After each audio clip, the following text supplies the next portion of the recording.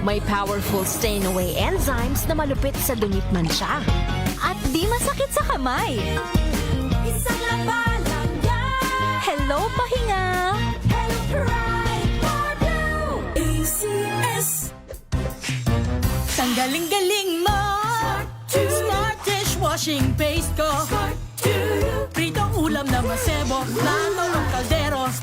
Tanggaling for everyday. Ganyan, pag smart ang dishwashing paste, may double tanggaling formula. Tanggal ang sebo, tanggal ang bakterya. Pahit para walang bahid, linis fantastic sa metal at plastic. Number one ko to!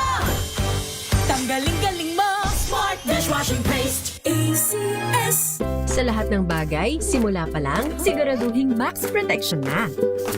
Kasi pag kulang ang proteksyon, baka madaling masira. Sa ngipin, dapat may max protection din. Max sa alaga ng unique toothpaste. With Max Protect Formula, help stop cavities before they start, while keeping breath fresh. Try unique maximum fluoride protection. Para max alaga, max protektado. ACS.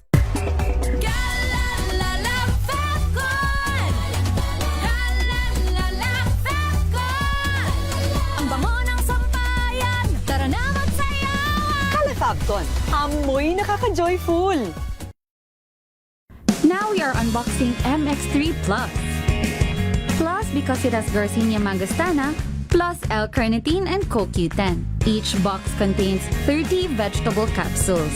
And you can get them in leading drugstores nationwide and online in Shopee, Lazada, and mx3ph.com.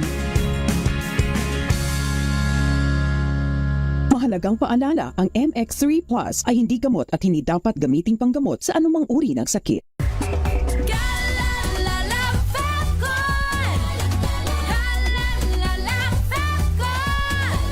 Ang bango ng sampayan, tara na magsayawan! Calefabcon, amoy nakaka-joyful.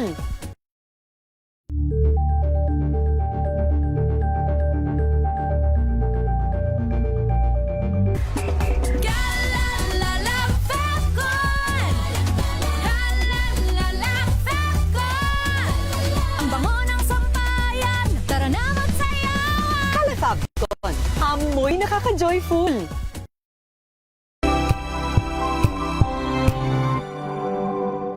Hello, Washi! Laundry day na naman! Yay! Anong meron? Mancha ng chocolate, putik, may libag pa.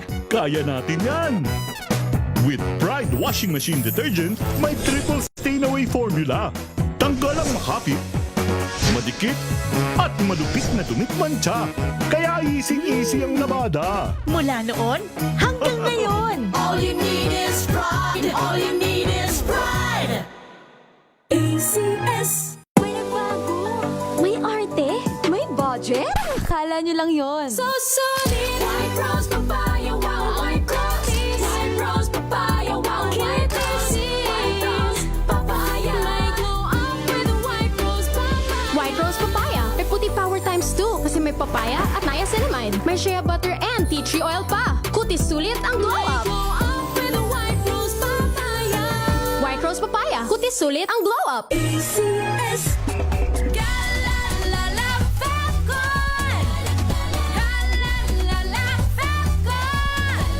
Ang bango ng sampayan, tara na magsayawan! Calefabcon, amoy nakaka-joyful.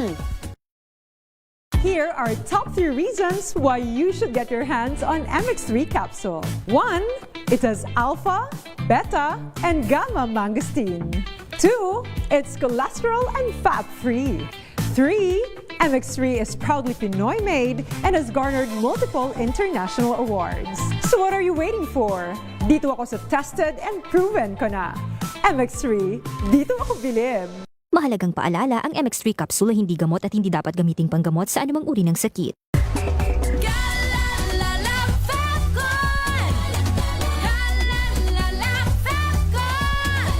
Ang bango ng sampayan, tara na magsayawan! Calefabcon, amoy nakaka-joyful.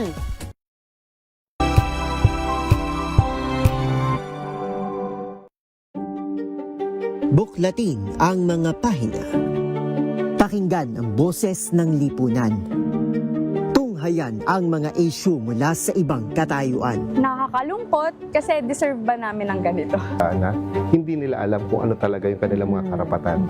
Yung gobyerno, tinulungan nila yung kanilang magsasaka. Pinapatahimik tayong lahat using various laws. Through education, kayang-kaya nating baguhin yung ganitong klaseng pag-iisip. Isang kwento, iba't ibang anggulo.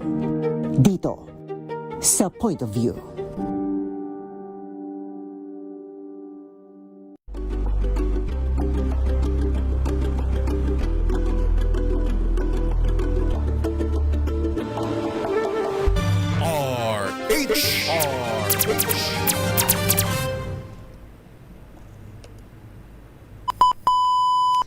Pilipinas, ang oras, 8 minuto makalipas ang 9:00 ng umaga.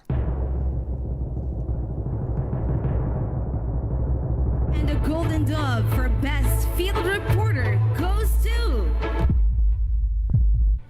Giselle Ricafort, DZRH. Ito na ang 28th KBP Golden Dove Awardee, Best Field Reporter, si Giselle Ricafort. Kasama si Edniel Parosa sa DZRH Stories Pinoy Documentaries. Kwentong dapat mong malaman. Kwento ni Juan de la Cruz sa araw-araw na balitaan. Mga muka sa likod ng headlines, pakinggan at kasangkutan. DZRH Stories Pinoy Documentaries. Kasama sina Giselle Ricafort at Edniel Parosa sa DZRH Radio, DZRH TV at DZRH Online. DZRH Stories. DZRH Stories Pinoy Documentaries.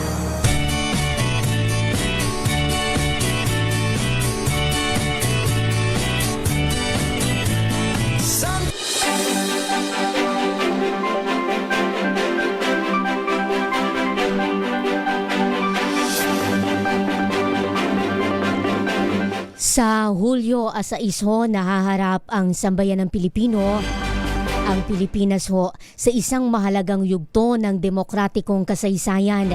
Ang paglilitis, ang impeachment trial laban kay Vice President Sara Duterte.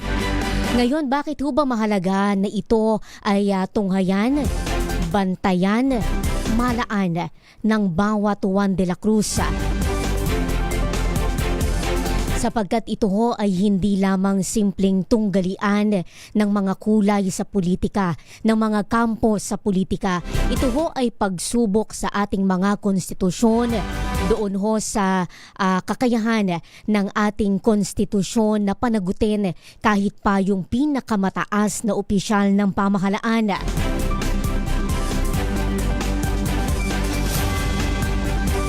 Sapagkat yung nakataya rito, hindi lamang yung kapalaran ng isang opisyal ng gobyerno, kundi yung kredibilidad ng ating mga institusyon, ng ating konstitusyon. At kung yung atin bang mga senador ay umakto bilang mga hukom ng merong pananagutan sa sambayanang Pilipino. DZRH Stories Pinoy Documentaries. Oy, magandang umaga Pilipinas, Luzon, Visayas at Mindanao. Marami tayong malalaking balita na tatalakayin sa mga oras na ito. Ako muna ang inyong magkakasama sa isang oras na balitaan na talakayan. Minus muna ang aking partner na si Edniel Parosa. Ako po, Giselle Ricafort. Para sa DZRH na sa Pilipinas, una sa Pilipino. It's a beautiful day.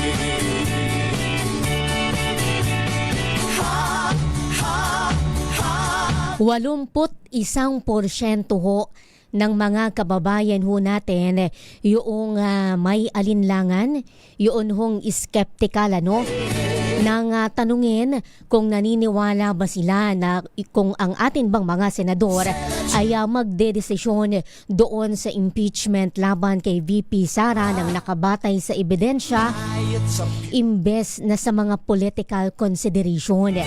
Iyan ho ay nakabatay doon sa recent survey ng Okta Research na isinagawa ho nitong April 20 hanggang 24 kung saan ang respondent ho ay 1,200 nating mga kababayan. We'll drive on and follow the sun, making Sunday go on and on. Hey, hey, hey, it's a beautiful day. Marami hong tanong kung simula ho dito sa proseso ng paglilitis kay BP Sara Duterte hanggang sa mismong impeachment trial ho, paglarga ng impeachment trial sa darating ho na July 6. At kung sakali na siya ho ay makonvict, ano na yung mga susunod na mangyayari. Iyan ho yung tatalakayin natin sa mga susunod na minuto at mga susunod na oras sa programang DZRH Stories Pinoy Documentaries.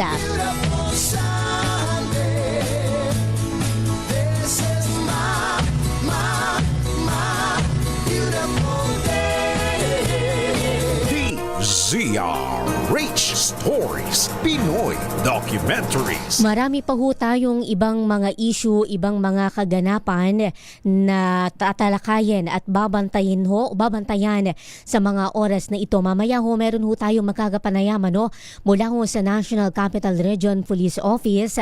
Antabayanan ho natin at sa ngayon ho muna, hanap buhay ho muna tayo 5 minuto magkalipas ang 9:00 ng umaga.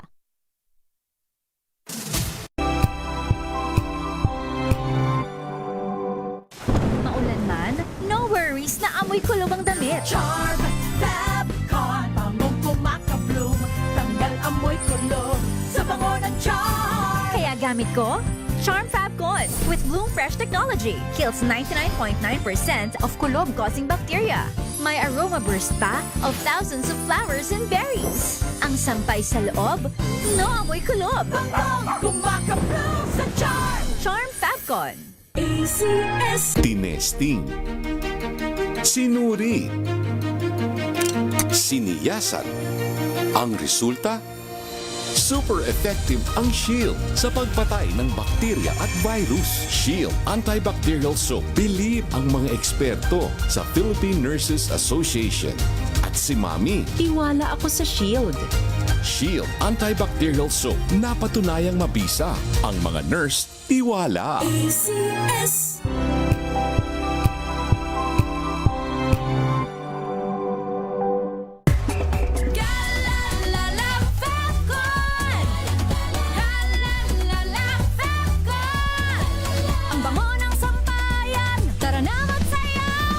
Fabcon, amoy nakaka-joyful.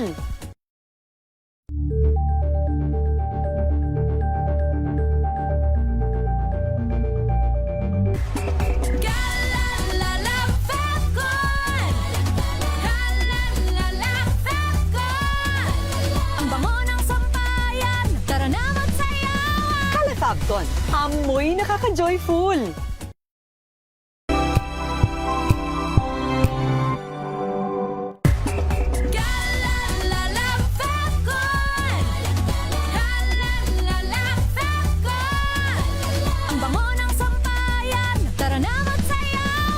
Fabcon, amoy nakaka-joyful.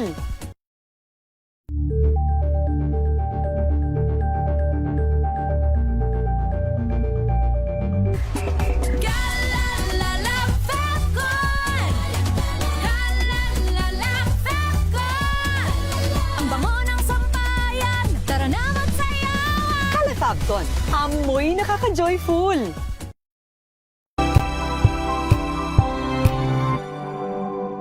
Tumunog na ang gandingan para sa kalikasan. Ang nagkamit ng parangal bilang Best News Anchor ay walang iba kundi si Angelo Palmones ng Magandang Magandang umaga, Pilipinas! DZRH Radio 666 kHz.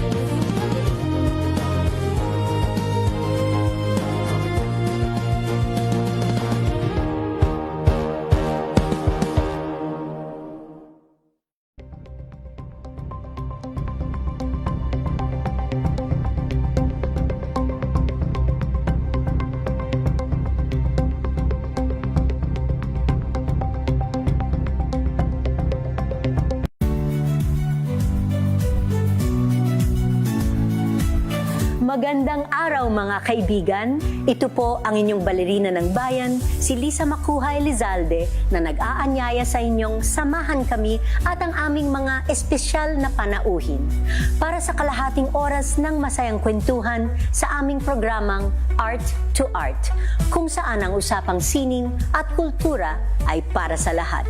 Huwag kaliligtaan, tuwing linggo, alas 3:30 ng hapon, dito lamang sa DZRH Radio, DZRH TV, at via online streaming.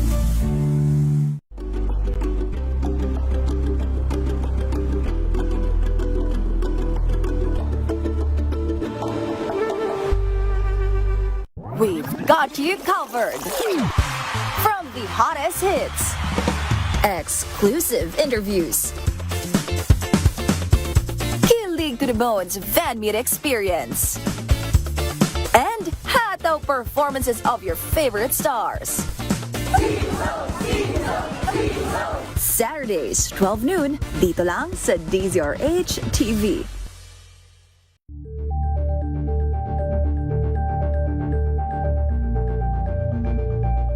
Curious ka ba sa maraming bagay? Kami na ang bahala dyan. Aalamin, tutuklasin at bibigyang linaw namin ang mga katanungang bumabagabag sa inyong isipan.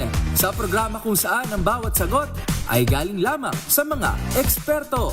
Ang Expert's Opinion, tuwing linggo alas 3 ng hapon, dito lang sa DZRH TV.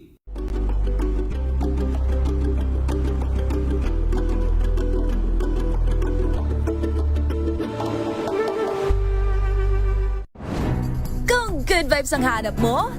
Dito ka na sa sigurado! Mula sa mga istoryang nagbibigay ng inspirasyon hanggang sa mga kwentong may dalang solusyon. Mga balitang pampagaan ang pakiramdam at pampaganda ng araw. Hindi lang ba sa good news, kundi the better news. Mula Lunes hanggang Biyernes, 1:00 ng tanghali sa DZRH TV. Visayas at Mindanao at maging sa ibang bansa. Luzon, Visayas, Mindanao. Una sa Pilipinas. Una sa Pilipino.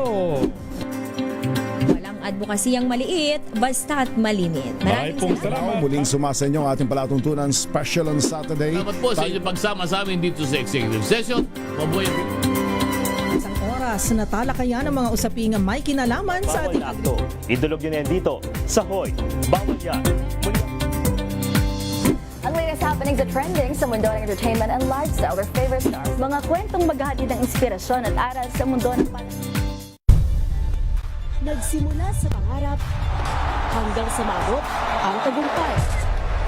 Iba't ibang kwento, iba't ibang mukha ng atletang Pilipino. Mas pinatindi, mas pinalakas, at mas pinaaksyon sa Match Point tuwing Sabado, 12:30 ng tanghali sa DZRH TV.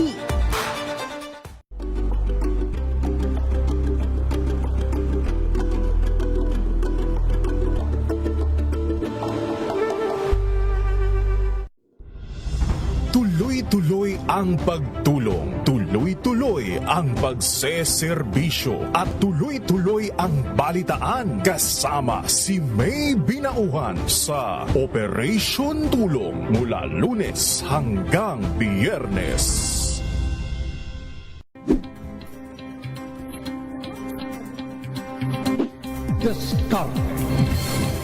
At maraming salamat po sa inyo na ang Agri-Asenso hanggang sa susunod. 4:05 na po ang inyong paboritong programa ang DZRH Boom Balita ngayong araw ng Sabado, Maagang balitaan, maagang usapan sa mga issue at balita. Kasama si Kuya Angelo Palmones sa Magandang Umaga Pilipinas. Mula Lunes hanggang Biyernes. RH. Pilipinas, alas 9:23 ng umaga. DZRH Stories, Pinoy Documentaries. Hindi na ho tayo magpapatumpik-tumpik na sa atin hong linya si NCRPO spokesperson Major Hazel Asilo. Major, good morning. Welcome po ulit ma'am sa DZRH. Yes, ma'am. Magandang umaga po. Major, una po natin na pag-uusapan, ma'am.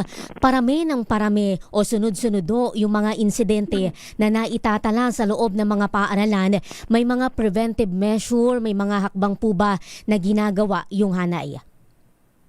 Yes po, mula po nung nagbukas po yung ating klase nung June 8, yung ating dineploy po na nasa 4,000 natin na PNP personnel para magbantay po dun sa ating mga schools, ay hindi naman po sila nawawala dyan. Patuloy po yung ginagawa nating mga police visibility, yung ating patrolling sa paligid ng mga paaralan, at syempre yung pakikipag-ugnayan po natin dun sa mga school administrators, sa ating LGU, sa ating mga force multipliers, para po hindi natin napapabayaan yung pagpasok at saka paglabas ng ating mga estudyante, lalo pa po ngayon na may mga ganyang issue or merong ganyang insidente po tayo na nalaman mula sa Tacloban.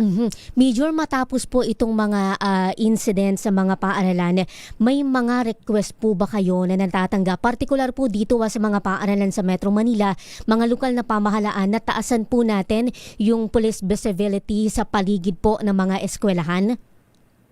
Sa ngayon po, wala naman po tayong nare-receive ng mga request regarding sa pagtataas po ng ating police visibility, since sabi ko nga po, nung mag-start tayo ng pasukan, talaga pong ibinuhos natin yung ating mga pulis sa paligid ng mga paaralan para ensure na sila ay magiging ligtas at magiging maayos yung all throughout ng ating school year. So kung meron man po silang mga dagdag na request, halimbawa man po kung magkakaroon po siguro ng mga dialogue sa mga ating mga schools, sa mga estudyante natin, siguro yun po yung isa pa nating pagtutuunan. Pero sa ngayon po yung regarding sa pagdadagdag ng mga personnel po natin, so wala naman po tayo nare-receive pang request. Ma'am, kung hihilingin nga po ng pamunuan ng paaralan, uubra ba na yung mga pulis natin tumulong na rin, ma'am, at pumapel doon sa mga ginagawang inspection po sa mga papasok sa eskwelahan? Dahil kung mapapansin po natin sa social media, hindi ba, may mga nagva-viral video na katakot-takot na haba yung pila ng mga estudyante na dumadaan ho sa mga inspection papasok po sa kanilang mga paaralan? Maaari naman po nating pagbigyan yung mga request na ganyan, pero siyempre po mas maganda po siguro kung hindi yung manual na inspection ang gagawin natin. Siguro tutulungan natin sila kung paano sila makaka-acquire or with the help of LGU yung ating mga pagkakaroon ng mga metal detectors para po mas mabilis yung pag-check ng mga gamit, katulad po ng mga ginagawa sa mga malls, para maiwasan na rin po natin yung mahabang pila na magiging abala hindi lamang po dun sa mga estudyante, maging dun sa mga nasa labas po ng paaralan na maaari pong mag-abala dahil dun sa pila na kine-create ng ating pag-check ng mga gamit. Major, meron po ba tayong datos, ma'am, o mga report po na may mga insidente na nangyayari talaga sa paligid ng paaralan, o at least dumami ba yung number natin dito po sa Kalakhang, Maynila, ma'am? Dito naman po sa atin sa NCR, wala naman pa po tayong mga reported incidents na sa palibot po ng paaralan. Although meron tayong mga incidents na ang ating mga victims ay mga estudyante, pero hindi naman po sila school-related or hindi naman po sa kapwa estudyante yung kanilang mga nakakasangkutan ng mga incidents. Kami naman po dito ay nagmo-monitor para po magkaroon po tayo agad ng intervention kung meron man po tayo na kahit isa man po na report na ma-receive regarding po sa mga violence na kinakasangkutan ng ating mga estudyante.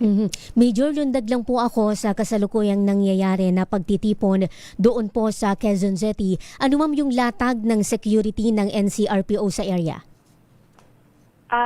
Para po dyan sa ating magaganap na White Ribbon Rally, mamayang 2:00, meron po tayong ilalagay na nasa 1,065 dyan po sa area ng People Power Monument. Meron po tayong kabuuan na 9,602 para sa buong Metro Manila. So ikakalat po natin yan sa iba't ibang identified rally sites natin. Kasama na din po dyan yung ating reserve force na agad po nating ipapadala kung sakali man po na kulangin or kailangan ng dagdag na puwersa doon sa mga areas na pinaglagyan po natin ng ating mga CDM contingent. Yung mga organizer po, Major, ay nakaselyo ba sila ng permit, ma'am, sa lokal na pamahalaan o nakipag-coordinate po ba sila sa hanay?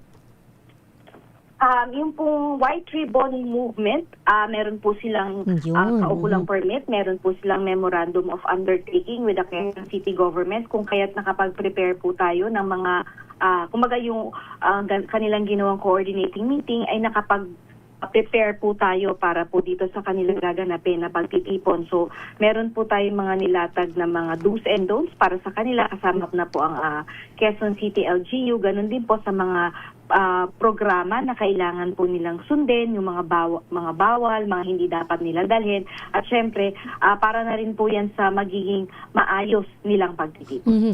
Crowd estimate po, Major, ano yung numero na atin pong pinag-uusapan? Base po sa MOU natin, ang estimated number of participants po nila ay hindi dapat lalampas ng 10,000. Oh, kung sakali, Major, na lumagpas, anong mangyayari, ma'am? Since alam naman po, hindi po natin naman kumbaga mapipigilan kung sakali man po na lumagpas, meron naman po tayong dagdag na puwersa na i-ensure na magiging maayos pa rin po yung kanilang pagtitipon. So mas madami lang po siguro tayong magiging deployment. Dadagdagan natin yung deployment natin dyan para ensure na hindi po sila magkakagulo at magpapanatili po natin yung maayos na programa nila. Doon po, Major, sa kasunduan na binabanggit ninyo, meron po kayong nasabi na mga do's and don'ts. Ano ma'am yung mga ipinagbabawal na mahalagang tandaan nung mga dadalo po sa pagtitipon mamayang hapon?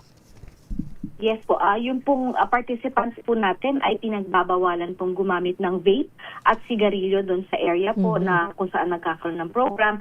Bawal din po yung pagdadala ng plastic bottles at styrofoam materials na paglalagyan nila ng kanilang mga inumin or kanilang mga pagkain. Although wala pong ordinansa ng balaklava dyan sa area ng Quezon City, para po maiwasan na masita po tayo ng ating mga kapulisan, wag na po tayo magsuot ng balaklava kung tayo po ay dadalo sa mga pagtitipon na yan, dahil yan po ay isang prayer rally. Hindi po natin kailangan nakakonceal ang identity kung tayo po ay sasama dyan at kumbaga po mag-join dyan sa rally na yan ng maayos at wala tayong gagawin na kailangan natin i-conceal pa yung ating mga mukha.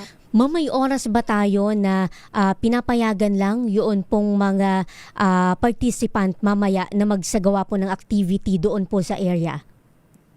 Based po doon sa kanilang pag-uusap sa ating naging MOU, ang program po ay magsisimula ng 2 p.m. at matatapos po sila hanggang 8 p.m. po. Saang area lang ito, ma'am, at ano yung mga lugar doon po na hindi nila maaring saklawin noon pong kanilang pagtitipon? Ang program po nila ay magaganap po dito sa may White Plains Avenue. Tapos po ang kanilang magiging drop-off po ay ang napagkasunduan po natin ay dito sa may area ng Katipunan Avenue at Temple Drive. So, dyan po sila pwedeng mag-drop off at mag-park ng kanilang mga sasakyan. So, yung ating program gaganapin po sa White Plains Avenue hanggang Temple Drive po. Punta naman po ako, Major. Iwanan ko po yung prayer rally mamaya sa Quezon City. Puntahan po natin, Major, yung nalalapit na impeachment trial paglilitis kay VP Sara Duterte. I understand, ma'am, na kayo yung nakatoka, hindi po ba sa labas po nitong mataas na kapulungan? Ano, ma'am, yung magiging security posture ng hanay sa paligid po ng Senado pagpatak ng July 6?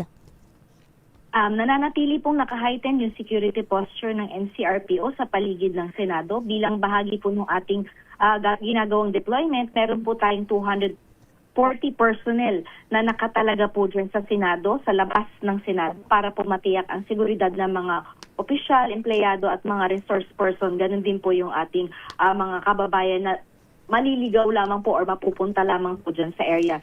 So yung pong ating deployment na yan ay magdidepende po sa mga susunod na araw kung meron po tayong mamomonitor na mga rallies or mga pagtitipon na kinakailangan po natin na dadagdagan pa natin yung ating deployed personnel. Major, meron po ba tayong namomonitor na mga banta po kahit doon sa labas ng Senate? Ganito nga po na mataas yung emosyon ng mga kababayan natin, partikular po yung mga taga-suporta ng iba't ibang panig po kampo sa politika.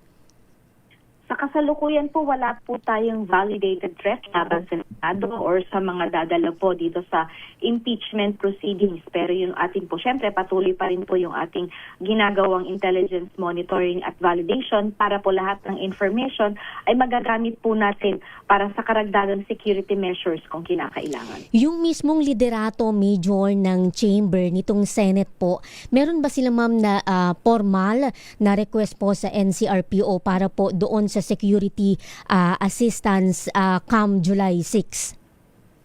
Sa ngayon po, wala pa po kaming nare-receive na formal request from the Senate kung regarding po dun sa ating security preparation para po sa nalalapit na impeachment proceedings. Pero kami naman po ay naghihintay lamang kung sakali man tap kami or mag-request po sila ng karagdagang tao na para po dyan sa nalalapit na proceedings na yan. Inaasahan, Major, malalaki yung mga pagtitipon sa paligid ng Senado. Ano ma'am yung magiging latag ng ating crowd management plan?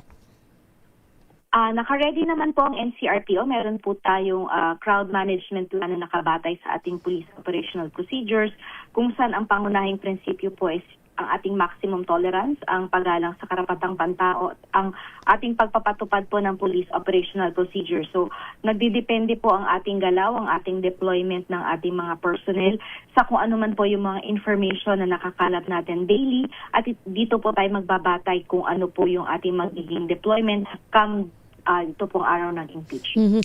Heightened alert po tayo, Major, parang second week yata ito ng May nagsimula. Posible ba ma'am o ano yung magti-trigger para itaas po natin sa full alert yung hanay sa labas po ng Senate?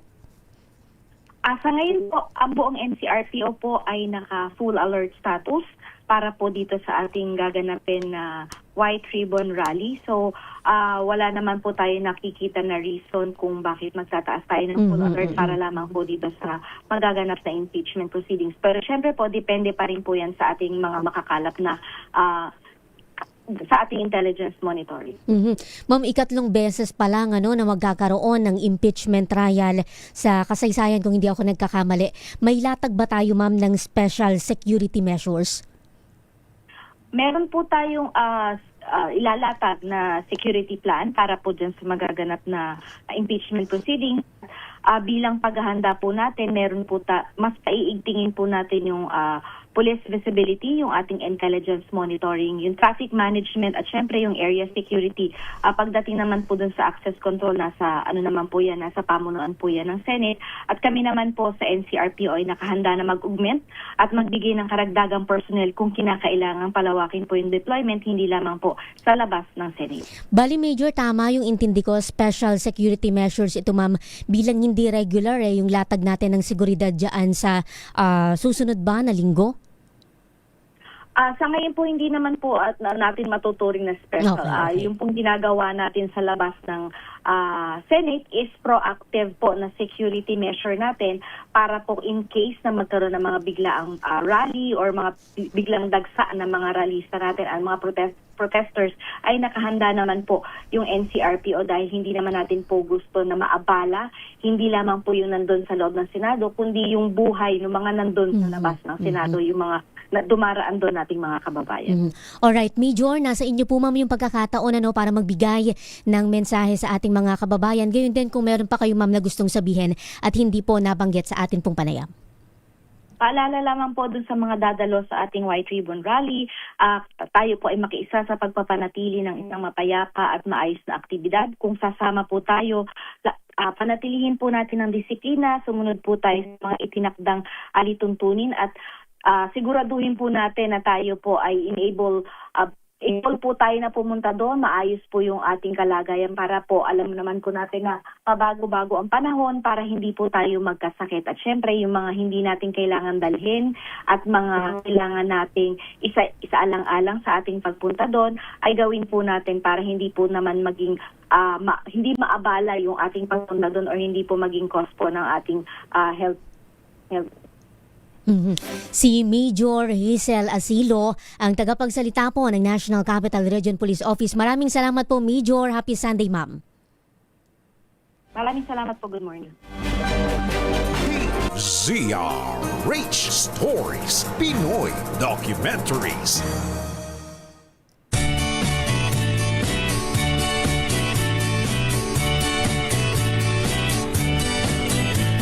Sunday morning, up with the lark. I think I'll take a walk in the park. Hey, hey, hey, it's a beautiful day. I've got someone waiting for me. Oy, kumusta ho? Ang bawat Juan de la Cruz. Kaya pa ba? Sabay-sabay ho natin na tunghayan yung ikatlong impeachment trial sa kasaysayan. Sa darating ho na Hulyo 6, lilitisin ang Vice President Sara Duterte sa ilalim ho ng 1987 Philippine Constitution. Ang mga government official po na maaaring ma-impeach ang Pangulo, Vice Presidente, mga miyembro ho ng Korte Suprema, Constitutional Commissions at yun hong Ombudsman. At yung mga grounds po niyan, yung mga posibleng maging batayan, impeachable offense kung tawagin. Una, yung culpable violation ng Constitution, serious breach o disregard ng ating pong konstitusyon, treason, bribery, graft and corruption, iba pa hong high crimes at betrayal ng public trust.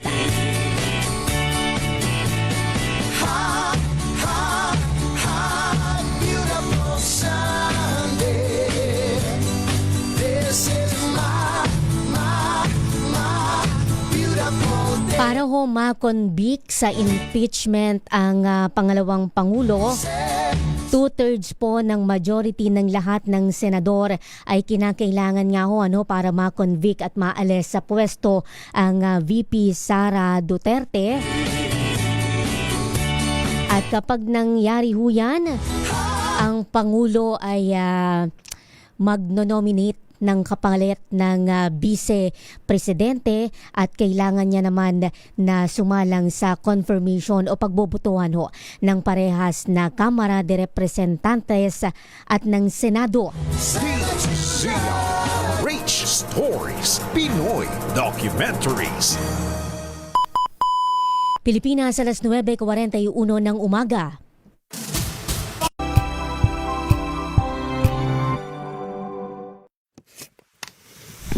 Duterte is present in this meeting today, in this hearing today. The respondent is not present. Let it be placed on record that COMSEC called again the Vice President. That is for the purpose of giving her the opportunity to present her evidence. The impeachment is a process that seeks to exact accountability. It can be political. It can also be an instrument where the majority can use that power to exact revenge. Gusto nyong palitan ang Senate President kasi gusto nyo tuloy-tuloy na yung impeachment. Actually, kinontradict niya yung sarili niya kasi nung na-elect siya na Senate President, sabi niya tuloy ang impeachment. Yung mga pro-ERAP noong impeachment trial sa Senado, they were punished during the next midterm election. So may yun naiisip din ng mga senador yun.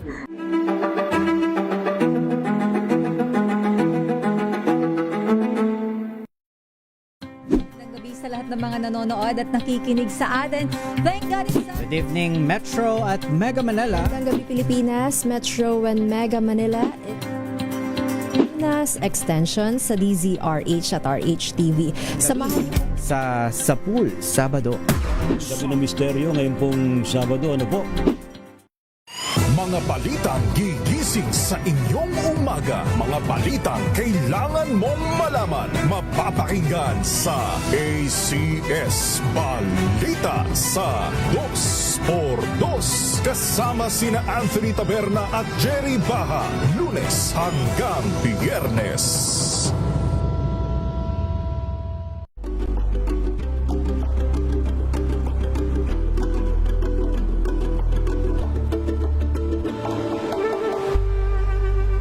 Alamin ang mga maiinit na isyung pambayan, mga balitang kailangan mong malaman, usapin sa pamahalaan, politika, ekonomiya at kabuhayan. Ito ang mga dapat mong malaman, pakialaman at pag-uusapan dahil kayo ang tinig ng mamamayan dito sa Damdaming Bayan. Live sa DZRH Radio, DZRH TV at DZRH Digital. Kasama sina Lakay, Deo Macalma at Elaine Apit. Araw-araw, Lunes hanggang Biyernes. Damdaming Bayan. Luzon, Visayas at Mindanao. Isang oras na balita at talakayan ngayong araw hunang At ito linggo. ang programang Maynila, ito ang Pilipinas. Samahan po ninyo hanggang alas 9 ng umaga sa Isyong Pambayan. Giselle Ricafort. Naman si Edniel Parroso. Maraming salamat and of course sa mga sumama sa atin. Luzon, Visayas at Mindanao, programang Ang Galing Mo Daw. Isang kwento, iba't ibang anggulo. Muli ako po, si Art.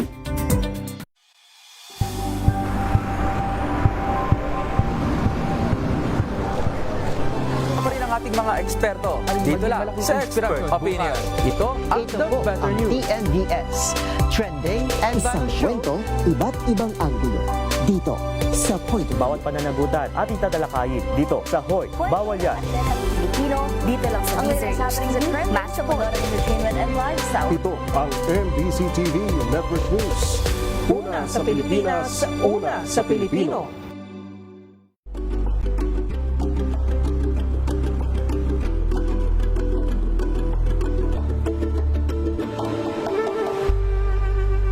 Tumunog na ang gandingan para sa kalikasan. Ang itinanghal bilang Best AM Radio Program Host ay si Cesar Chavez para sa special on Saturday ng DZRH.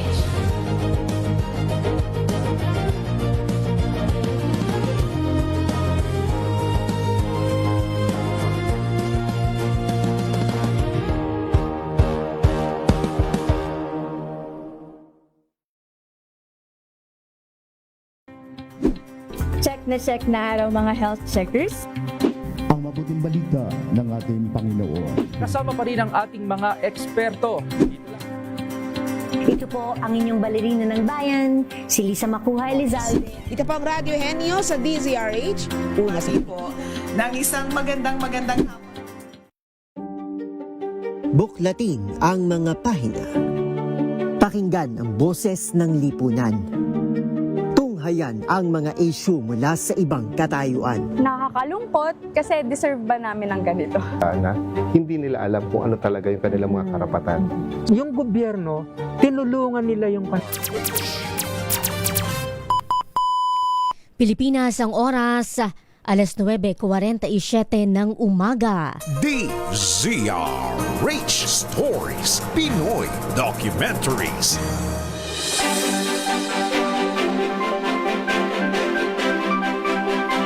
Ang impeachment trial ho kay VP Sara Duterte ay posible daw na maging pinakamahaba sa kasaysayan ng Pilipinas. Posible daw ho yan na abutin ng 7 buwan kung ang Senado ay pagbibigyan ho nila yung kombinasyong request para sa 72 trial days ng parehas na prosekusyon at ng depensa. Ang binabanggit ho ng Senate Secretary Renato Bantog Jr. na siya rin hong nagsisilbing clerk ng impeachment court Kumiling ho ang House Prosecution Panel ng 62 trial days habang ang legal team naman ng pangalawang Pangulo 30 araw yung kanila hong hinihiling.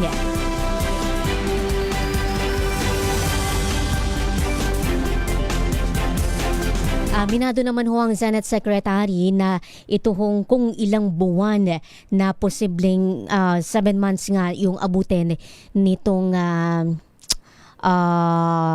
impeachment trial laban kay VP Sara Duterte ay posibleng magdulot ng malalaking logistical challenges para ho sa mataas na kapulungan ng Senado sapagkat yun atin hong mga senador ay kailangang balansehin, hindi ba?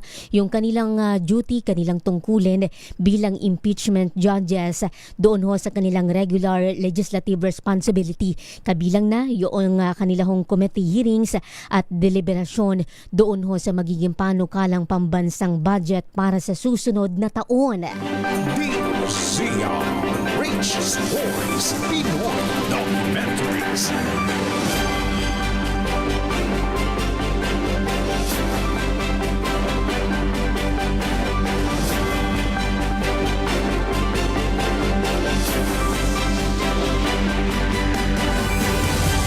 Marami ho tayo mga testigo na inaasahan na haharap po sa paglilitis. Kabilang na dyan yung sinasabi nila na si Mary Grace Piatos.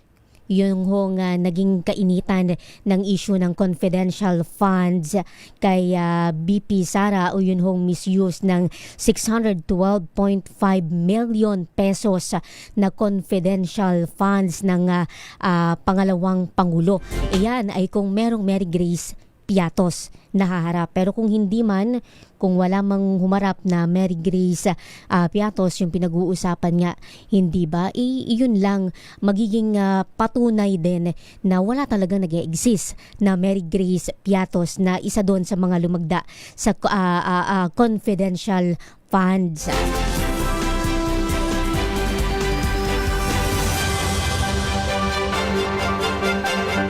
Marami pa ho tayong malalaking issue na pinag-uusapan sa mga nakalipas ho na linggo.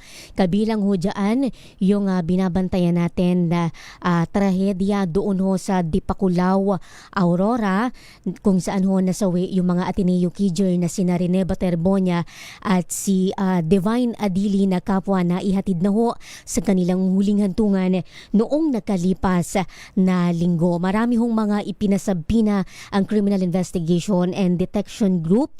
Siyempre, gayon din ang National Bureau of Investigation at ang CIDG meron ng mga inirekomenda na mga kakasuhan doon ho kabilang ang resigned Ateneo coach na si Ta Baldwin na humarap din ho sa NBI.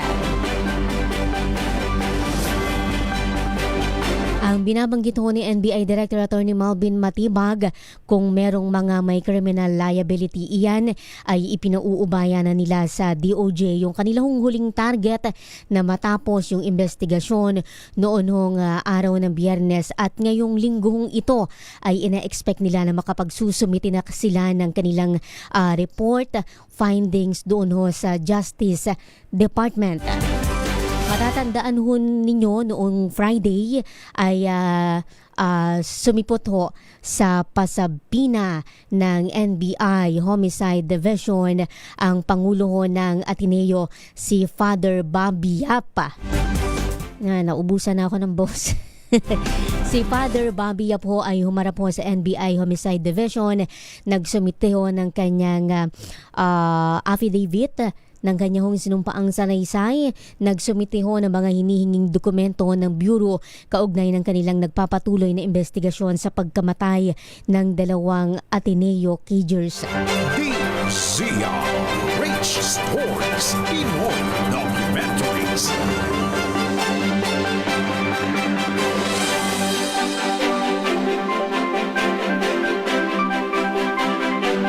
Oy, good morning. Happy Sunday sa lahat ho ng nanonood, nakikinig ho sa ating palatuntunan. Sa mga nanonood, nakaantabay ho sa ating Facebook live streaming. Kay Miggy Faler Villa. Good morning ho, happy Sunday, Willie Velasquez. kay Alvin De Torres, Jay Morales Amoroso Glenn. Happy Sunday din ho. Good morning kay Sir Leo Havares mula ho sa Puerto Princesa City sa Palawan, kay Angelita Gonzales nanonood ho dyan sa Iloilo, at syempre doon ho sa mga nakatutok sa kanilang mga talapihitan. Rich Stories Pinoy Documentaries.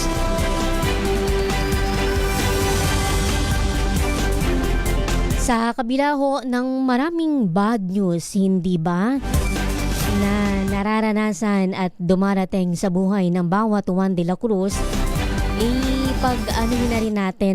pagdamutan na rin natin yung may mga good news na rin naman, hindi ba? May inaasahan daw ho tayo na malakihang bawas presyo sa liquefied petroleum gas o LPG simula ho entrada ng susunod na buwan, matapos hong i-anunsyo ng Regasco na bababa ng 12 pesos kada litro o kada kilo yung kanila hong presyuhan. Iyan daw ho ay itutulak ng inaasahang pagliit ng contract price ng LPG sa pandaigdigang pamilihan. DZRH Stories Pinoy Documentaries.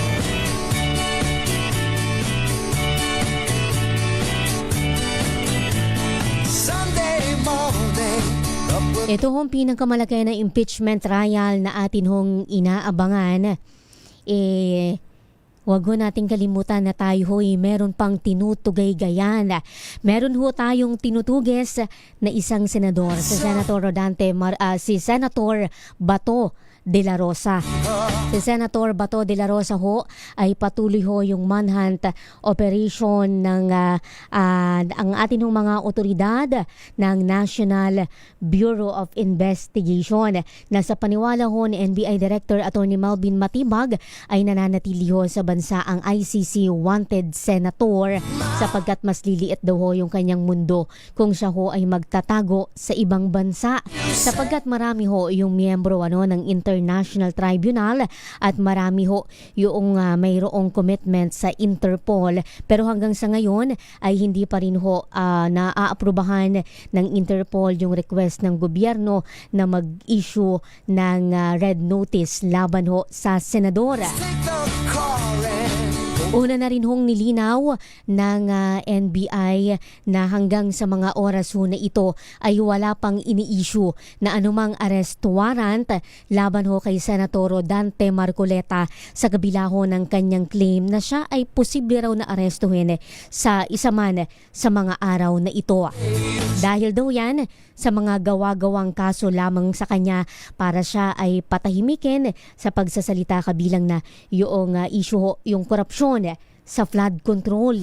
DZRH Stories Pinoy Documentaries. Pinag-aaralan na rin ho ng DILG yun hong posibilidad na mag-alok ng pabuya o ng reward para humapabilis yung pag-aresto kay Senator Bato de la Rosa. Ang sabi ho ni SILG John Vic Remulla, isa ito sa mga opsyong tinitingnan ng kagawaran habang nagpapatuloy yung paghahanap sa senador na wanted ho sa kasong crimes against humanity doon sa International Criminal Court.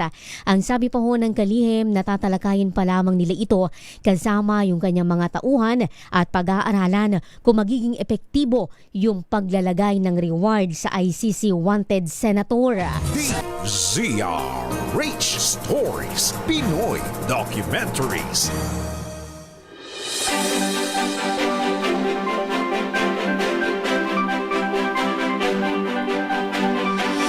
Oy, good morning din ho kay Rodaline Mijares Melano at kay Regina Otero.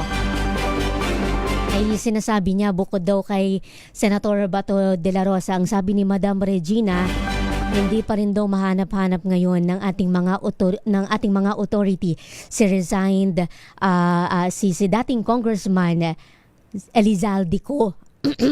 Ayan, bumibigay na naman yung boses ko, kakabalik lang. Marami po tayong hinahanap, hindi ba? Hindi lang ang Senator Bato de la Rosa, hindi lang ang resigned Congressman Saldico. Marami pa hong mga high-profile individual na tinutugay-gayan at hinahanap po ng ating mga otoridad. Naririyan si ang gaming tycoon na si Atong Ang. Oy, iyan na ho yung kabuuan. Sapagkat bumibigay na yung boses natin, iyan ho yung kabuuan ng isang oras nating talakayan. Dito ho sa DZRH Stories Pinoy Documentaries, tayo ho ay muling magkarinigan sa susunod ho na linggo mula alas 9 ho ng umaga hanggang alas 10 ng umaga.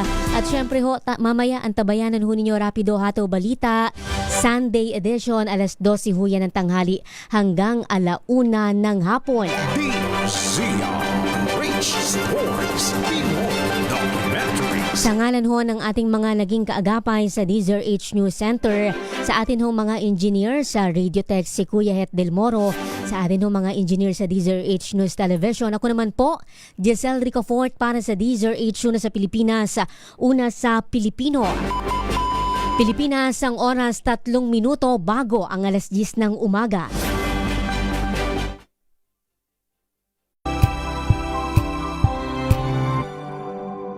Tambalang Anthony Taberna at Jerry Baha ang gigising sa inyong umaga dahil lalatay ang humahagupit na diskusyon at komentaryo Lunes hanggang